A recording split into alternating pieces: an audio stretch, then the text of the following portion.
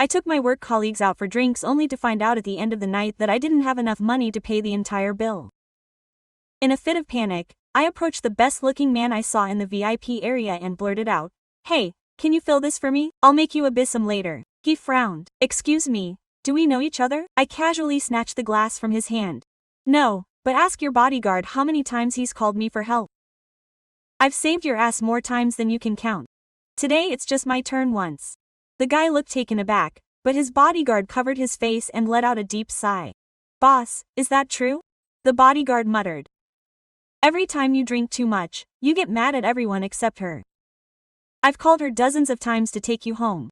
His friends instantly perked up. "That's right, Lucas is an animal when he gets drunk. He almost broke my arm once." "Mine too." I tried to keep up with him and ended up in the ER. One of them squinted at me. "What's so special about her? Prove it." I took out my phone. "Okay, first give me 500 euros. Someone did it right away, Din." I pointed to the bar. "I'll pay my bill now. I'll get him a little more drunk and then we'll talk." Everyone screamed with excitement, except for the guy in the middle. Lucas Ventura glared at me. I didn't back down. I'd seen him hugging a toilet like it was his best friend. I paid the bill, sent my friends home, and came back. Lucas's friends tried to pour him more drinks, but he wouldn't let them. Instead, he grabbed me by the wrist, dragged me out of the bar, and shoved me into his Maybach. "Hey," I protested, rubbing my skin. "It's not my fault that I only trust me when you're wasted." It had all started 6 months earlier.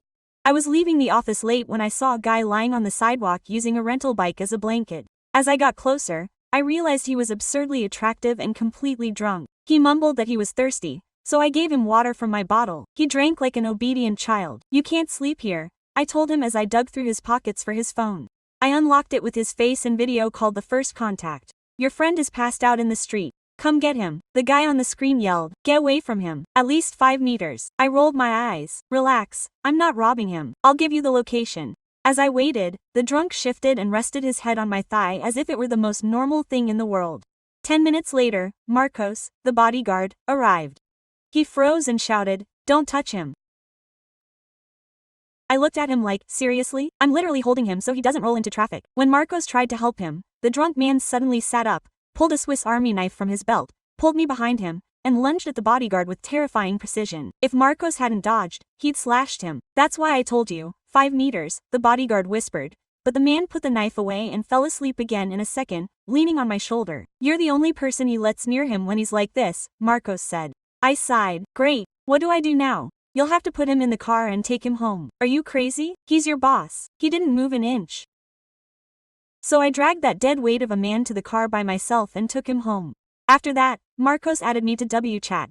Quote, "Just in case, I told him to delete me. He sent me 5,000 euros. I replied instantly, 'Call me whenever you want,' and he did. 2 weeks later, he transferred me another 5,000 euros and an address. I arrived at a VIP room full of passed out rich people and Lucas in a corner clutching his knife with his eyes bulging out of his head. He looked possessed. I tried to return the money. Marcos sent me 50,000 euros more. Danger fee, he put in the message. 50,000 euros was 50,000 euros. I was an office nobody. I couldn't say no. I approached Lucas, put a hand on his shoulder and whispered, "Hey, don't kill me. Save that for my surprise." He obeyed. He looked at me blurry, folded the knife and collapsed in my arms. We both fell, but just before I hit the ground, he spun around to cushion me. I landed softly on him. We both let out a groan. His elbow hit the floor with a thud. My palm scraped against the table. For a second, my face was pressed against the warmth of his neck and all I could smell was expensive cologne and whiskey. Marcos cursed under his breath. "See?" he hissed. "He's a walking hazard, boss." Lucas didn't answer. He was breathing easily, his eyelashes long over his cheekbones, as if he'd decided the floor was a great place to take a nap. I tried to get up, but he had an arm around my waist in an unconscious grip. "Hey," I said. Marcos cleared his throat. "By the way, I'm Marcos. I'm sorry about all this crap. Looks like it comes with an extra for occupational hazards." I mumbled, trying to sound nonchalant, even though my heart was racing. Half from the knife, half from the weight of this guy who looked like he had been sculpted in a premium gym, sleeping an inch from my collarbone. Marcos helped me release Lucas's arm and turn him onto his back. We both stood there panting, looking at the billionaire sprawled between us. "He doesn't remember anything, does he?" I asked. Marcos hesitated and shook his head. "Not the details. It's like his brain hit an off button. Drunk Lucas is a completely different guy." "Perfect," I mumbled. "So you're going to keep sending me money and addresses every time he feels like playing Assassin's Creed with a real knife?" "If you answer the calls." Marcos stared at me. "Is he safer with you around?" I looked at Lucas asleep. He looked harmless, his mouth half open, his features relaxed. If you didn't know who he was, you'd think he wouldn't break a plate. Safer with me, I repeated, as if I were a human. Airbag for a guy whose idea of a fun night included hidden knives. I should have cut off Lozano, blocked Marcos, returned the money, gone back to my Excel spreadsheets and sad salads for toppers. But the rent came up, the auto pay went off on my college loan, and my mother's latest hospital bill hit. I looked at the 5 zeros on my bank app and said, next address, and next address, and next address. For the next 6 months, I led a double life. By day, I was the invisible corporate analyst in stiff shirts and flats, eating lunches in conference rooms bathed in depressed fluorescent light. I marked cells, wrote reports that no one read, and smiled tightly every time some boss dropped the word family culture while emailing out layoffs. By night, my phone vibrated. WCAT notification from Marcos. I need you. Location attached. The money was already in my account before I could answer. Sometimes it was a bar, sometimes a hotel suite, once a masked gala where no one had common sense. The ritual was always the same. I would enter with my pulse racing. I would look for the tall figure who gave off danger like static electricity. Lucas with a vacant stare and a knife hidden somewhere. Muscles tensing. Security guards hovering uselessly 5 meters away. Scared to death. Marcos pacing nervously, touching his earpiece as if more information would fix it. That his boss turned into a beast with high-proof alcohol. And I was the only one Lucas let near when he was drunk. Hey, he would whisper softly, entering his radius of madness. You're scaring everyone. Put that away. Sometimes he would ignore me. Sometimes he would growl something about invisible threats and they're watching us. Sometimes he would remain very still, huge pupils seeing ghosts. But always, after a few minutes of speaking to him quietly, he would obey. The knife would disappear. His shoulders would slump, he would lean toward me as if I were the only gravity he recognized, and then he would surrender. And always, just before he passed out, there would be a second, a blink, when his eyes would clear and he would actually look at me as if he knew exactly who I was. You again, he murmured once. His voice was hoarse, his breath hot on my jaw. Sure, I'm here because your bodyguard keeps paying me, I answered quickly, knowing he wouldn't remember. Try not to stab him someday. He let out something that might have been a laugh before his legs gave out and I had to hold him up. Those microseconds hooked me more than I wanted to admit. In between jobs, I used the money to get my life in order. I paid off the high-interest loan. I moved my mother into a better residence, much closer to where I live, so I wouldn't have to take 3 buses every time I wanted to see her. I traded in my old laptop, which was still working only due to sheer stubbornness of fate. I lost count of how many zeros Lucas's disasters had added to my debts. All I knew was that every time his name appeared on the screen, I answered. One night, after dragging him out of another VIP lounge and into his car, my curiosity got the better of me. Marcos was driving. Lucas was unconscious in the back seat, his head leaning against the window, his tie loose, the top button of his shirt undone. The streetlights crossed his face in intermittent bursts, turning his features into a play of shadows somewhere between fragility and danger. What's his real problem? I asked quietly. Besides being a walking weapon with a serious alcohol problem, Marcos's fingers tightened on the steering wheel. Don't you want to know? He said. I'm already in it up to my neck, I replied. Knowing might help me understand. He sighed. He glanced in the rearview mirror. Years ago, before I inherited the company, I worked in another industry, he said. Private security contracts in conflict zones, the kind you don't see on LinkedIn. I glanced at Lucas out of the corner of my eye, suddenly. The way he moved when he fought, the surgical precision with the knife, it all made terrifying sense. What happened? Betrayal. Marcos's jaw clenched. An ambush. False intelligence. They killed half his team. They held him captive for 3 days. They drugged him with God knows what. They played with his food and sleep. When they tried to move him, he escaped barefoot with only the knife he'd stolen from one of them on the way out. I swallowed hard. And now his brain can't stand losing control. Marcos's voice dropped even lower. When he drinks too much, something inside him goes off. Alcohol means going back there. Being touched means being tied up. That knife is the only thing that keeps him from waking up chained to a wall. The air inside the car became heavy, almost solid. Then why does he let me near him? Marcos's eyes met mine in the mirror. That's the part that keeps me up at night, he said. He's never let anyone get this close when he's out of his mind. Not me. Not the doctors, not anyone, just you. I should have been flattered. Instead, I felt like I'd been walking blindfolded on the edge of a cliff. I stared at Lucas's sleeping face, searching for the man beneath the chaos. The set angle of his jaw, the barely visible scar across his brow, the tension lines at the corners of his mouth. I didn't want to feel sorry for him. He was a billionaire drowning his demons in expensive whiskey and knives while people like me counted our grocery store points and prayed we'd have enough to pay for our parents' medicine. But compassion is treacherous, sneaking in between rage and logic. And then you find yourself cradling a pillow under the head of someone whose signature could buy the building you live in.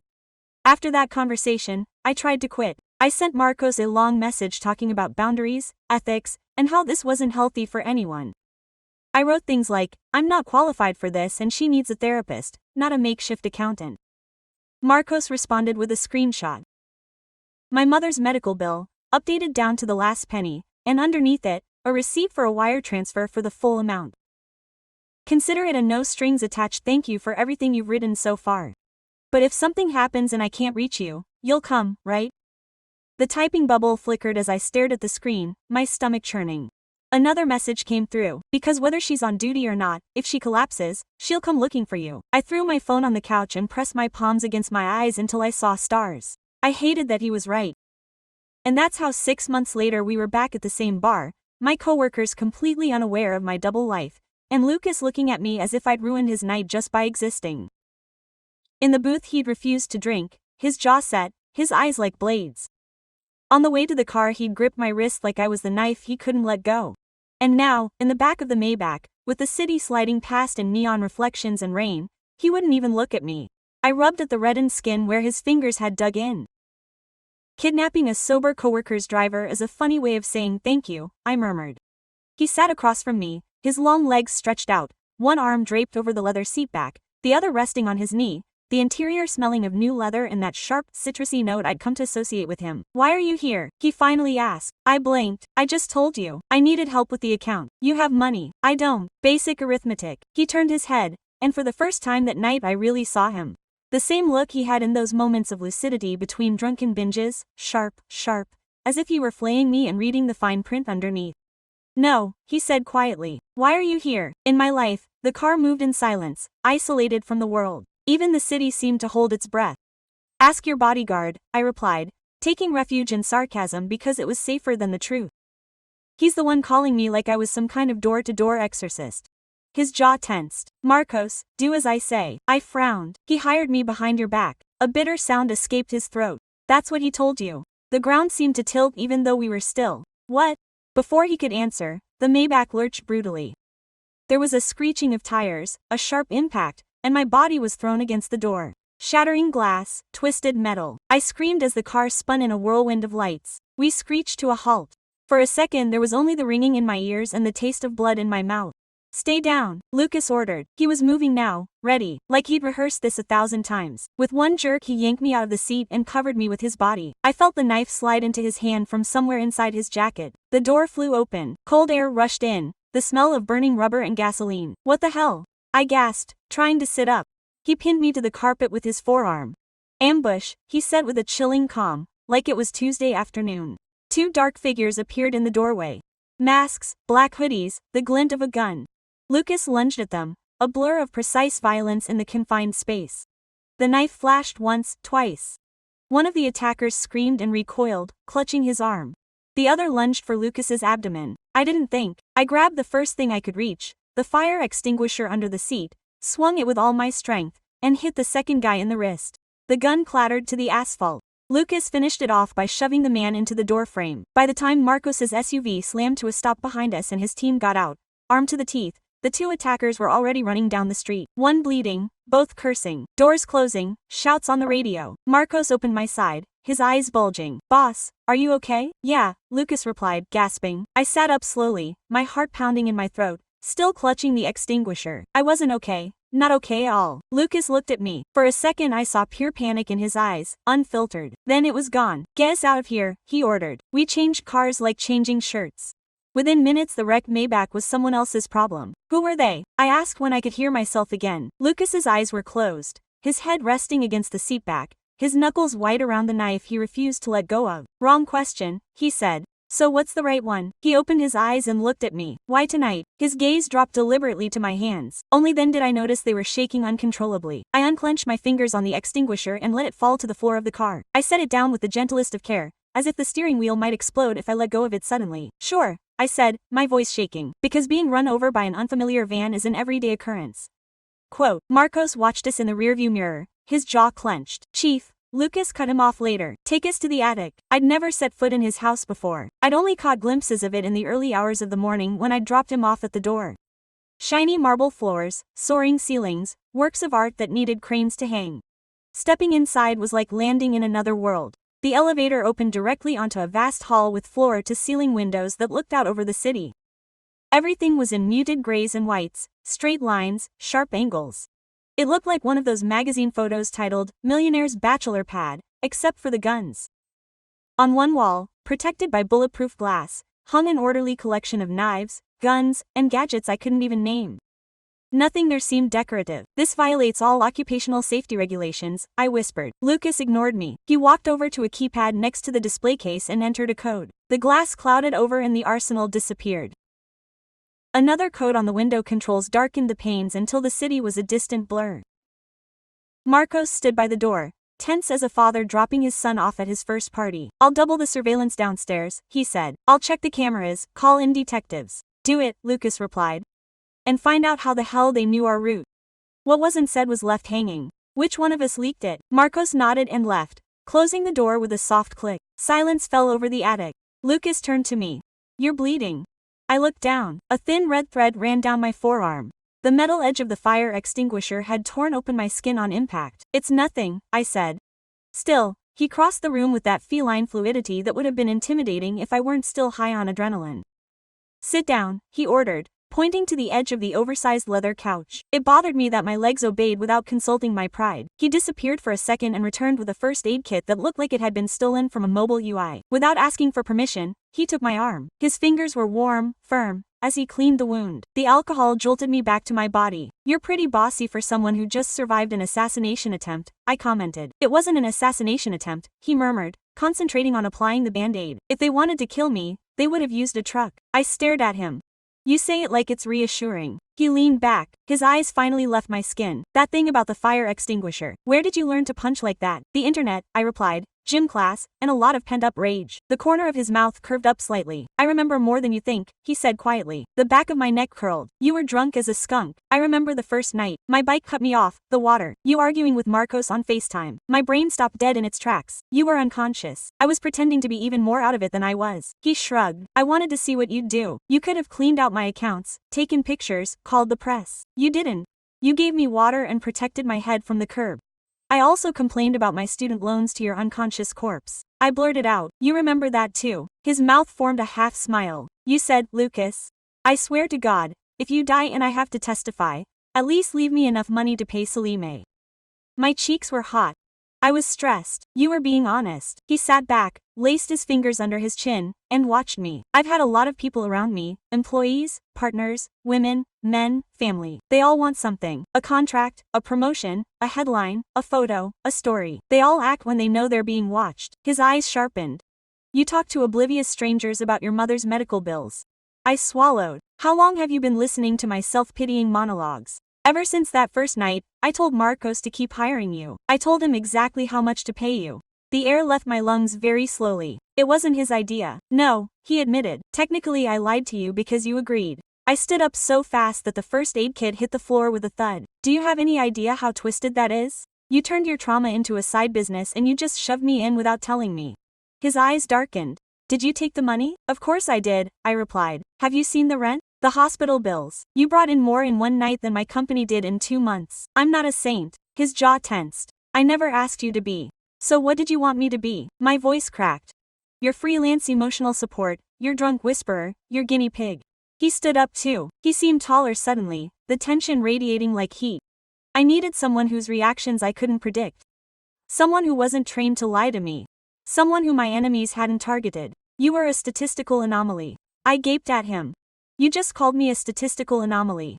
The only person I don't want within 15 feet of me when I'm drunk is everyone. He said, except you. Do you know how dangerous that is for you? I laughed humorlessly. For you or for me? For both of us. He ran his hand over his face. He suddenly looked exhausted. Not dangerous. Tonight wasn't about showing off in front of my friends. It was a matter of timing. What timing? I've been getting sick for months, he confessed. Not hangovers. Blackouts when I shouldn't be this drunk. Sudden tachycardia. Tunnel vision. I thought it was stress. Then I started recording. He walked over to a minimalist console, picked up a tablet, and swiped it through. A spreadsheet, dates, locations, blood tests, anomalous readings. The format felt familiar. It was exactly the kind of risk assessment I do at work, except he was the active one. It's not the amount of alcohol, he said. It's who's pouring it. Where do the bottles come from? Which nights? Marcos changes the route. The closer I get to certain gatherings, the worse I get. My stomach turned. Do you think they're poisoning you? I know they are. Low, cumulative doses, enough to shut down my nervous system when I drink. Enough to make it feel like my fault when I finally do. I collapsed onto the couch, my legs giving out, and you kept drinking. Because if I stop, they change methods. That way they keep the pattern going, and I can map it out. I can narrow down who gets access, who wins if I die an irresponsible alcoholic instead of a murdered CO. I thought about all those endless drinks, how he'd clung to the glass like it was a lifeline. What do I have to do with this? I asked in a small voice. You break the pattern. With you in front of me, I can't stay unconscious long enough to get a full dose. You get in the way, taking my glasses, arguing with the waiters, yelling at Marcos, ruining his perfect crime. A bitter laugh scratched my throat. So I'm your accidental control. You're the reason I'm still alive. The room fell absolutely silent. I strained my nerves, trying to summon some sanity into a world where my side hustle unknowingly involved blocking a slow-motion murder. Why don't you go to the police or the board or whoever else whose job it is to do this? I smiled humorlessly. The police see a drunken billionaire getting into bar fights. Images of me brandishing knives, slimy headlines, investors fleeing, stocks plummeting. Now imagine me saying, I'm actually being poisoned, but I don't have any solid evidence yet.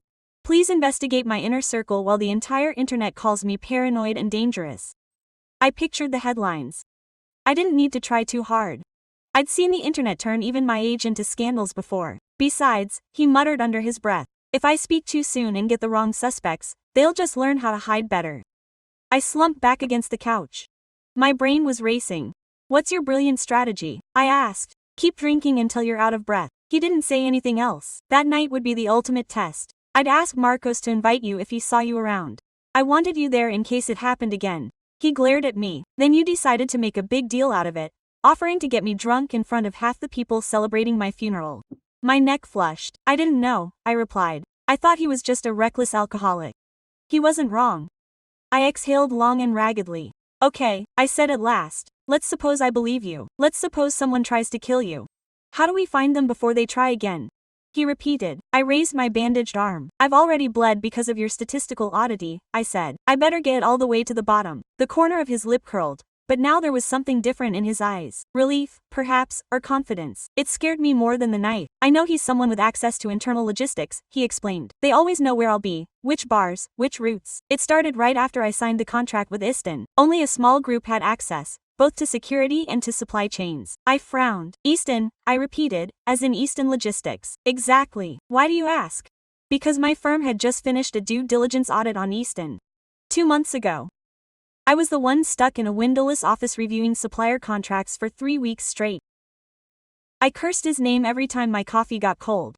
I've reviewed his accounts, I said slowly, or at least the version they show partners. There were anomalies, fictitious suppliers, duplicate invoices, mismatched routing.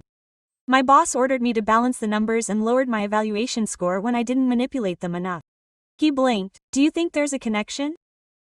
I think, I replied, my heart racing, that whoever moves goods through your territory is an expert at camouflaging things in plain sight and that maybe I'm the only fool who memorized their fake suppliers out of sheer boredom. We spent the next 2 hours hunched over his tablet and my phone, crossing names, dates, itineraries. I pulled up old emails from my business account, forwarding them to myself in case they disappeared suspiciously. One name kept popping up, a tiny security subcontractor with a bland logo and forgettable name. They filled in for extra staff at events where Lucas's regular team couldn't keep up. They also had subcontracts with the more obscure branches of Este. Oddly, the emergency contact on their founding papers had worked at my company.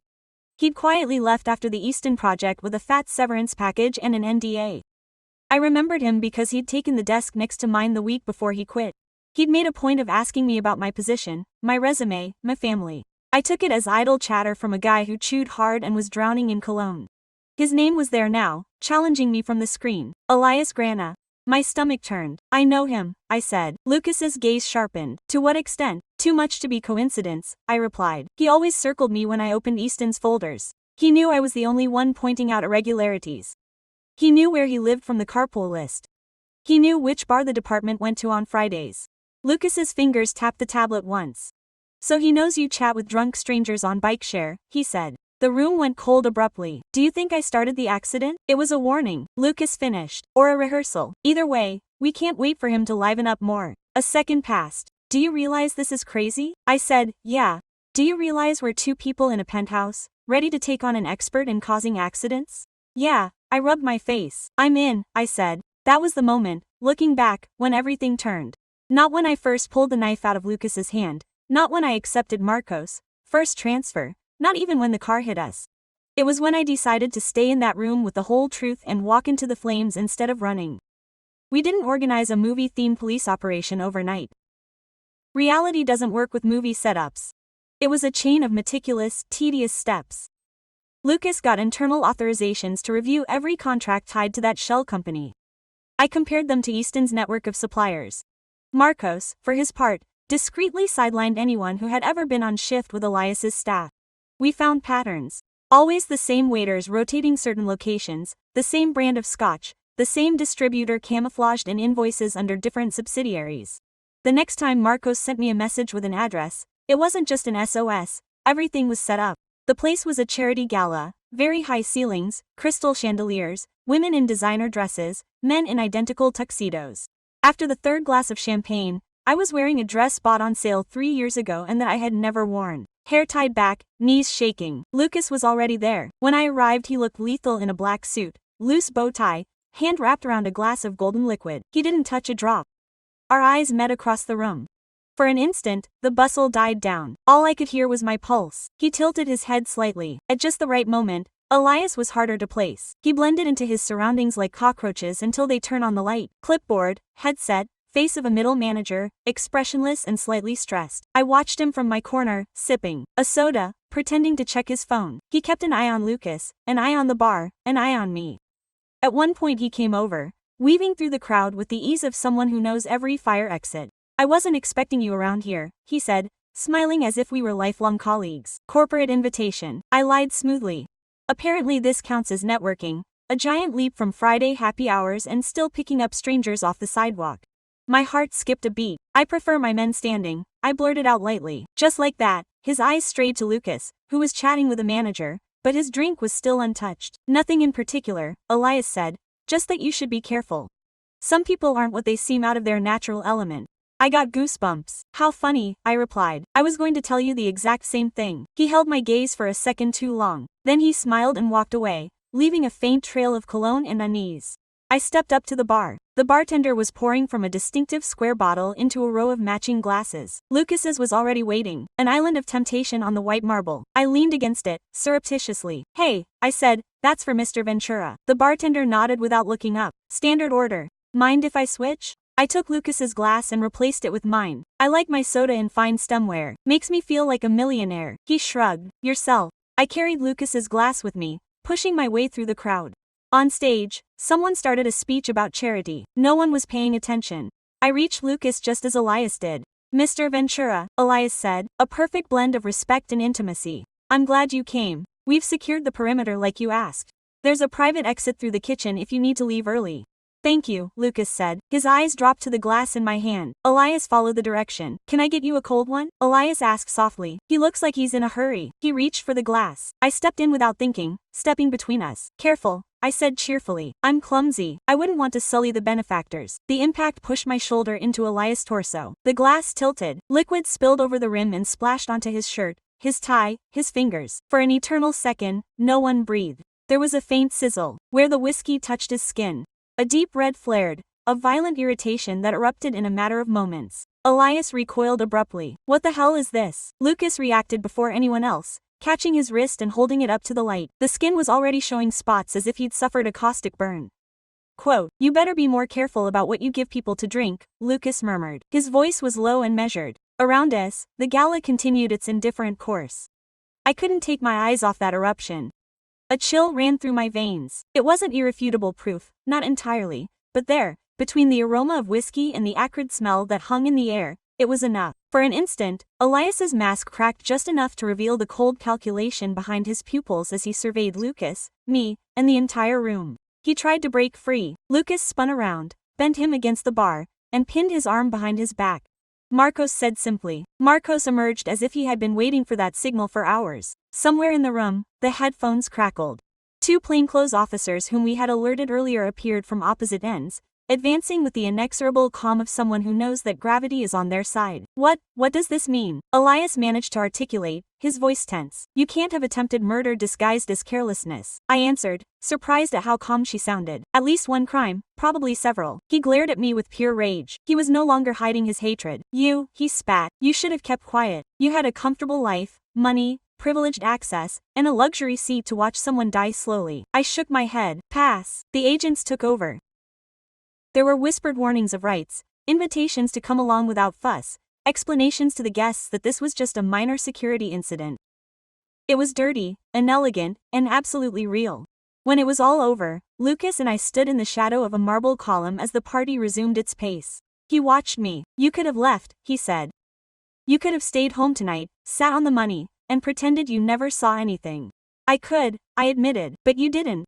I shrugged, suddenly weary. My mother always wanted me to be a good person, I said. She comes with a half smile. He was late, but I tried. The corner of his mouth turned up. Not quite a smile, but almost. Thank you, he said dryly and sincerely. I studied his face. The lines of tension were still there, but something had loosened. The world hadn't magically healed itself. He still carried his ghosts. I still carried my debts. Elias still had expensive lawyers, but the cycle had been broken. What now? I asked. Now I turn everything we've collected over to someone who can prosecute it. I clean the house from the inside out. I go somewhere boring where they can't poison me, and for the first time in years I allow myself to sleep without a knife under my pillow and drink, he added, looking at the glass he still held in his hand.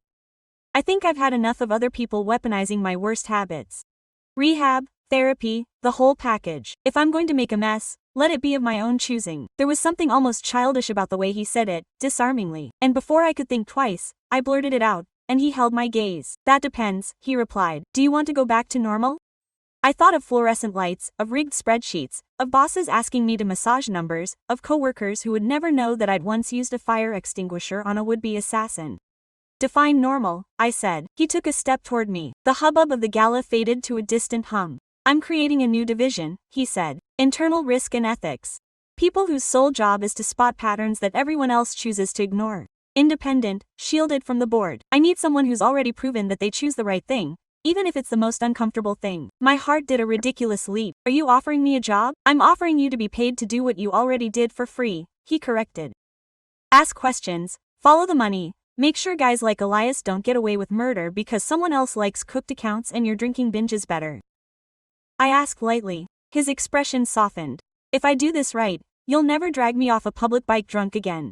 But if I screw up, I'd rather you call me an idiot than have someone else do it. I thought about it. Long nights, endless columns of numbers, my mother's smile as I told her I'd paid another bill, the strange, twisted bond I'd formed with the man who only trusted me when his demons were screaming the loudest. Send me the offer in writing, I said, with salary and benefits. I want to make sure that occasional attempted murder wasn't in the fine print. He laughed for real. This time the laughter reached his eyes. Deal. He extended his hand. I shook it. His grip was firm, warm, and for the first time since I'd known him, stable. 6 months ago, I dragged a drunken stranger off a bike in the middle of the night and shouted my debts to his unconscious face. Now I was in a living room that smelled of expensive flowers and burnt whiskey, sealing with a handshake a future I didn't even know I wanted. Later, when the adrenaline evaporated and the city outside the windows went from flashes to quiet shadows, my phone vibrated on the nightstand. Text from Marcos. Heard you saved our asses again.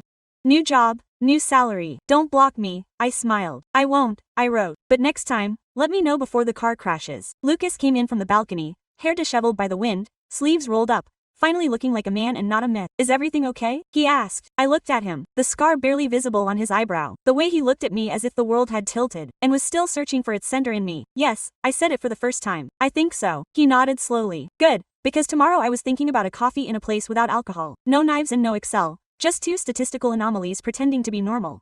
Quote, laugh tomorrow, I said. We'll see. For the first time in a long time, the horizon didn't look like a wall. It looked like a door that I hadn't opened yet.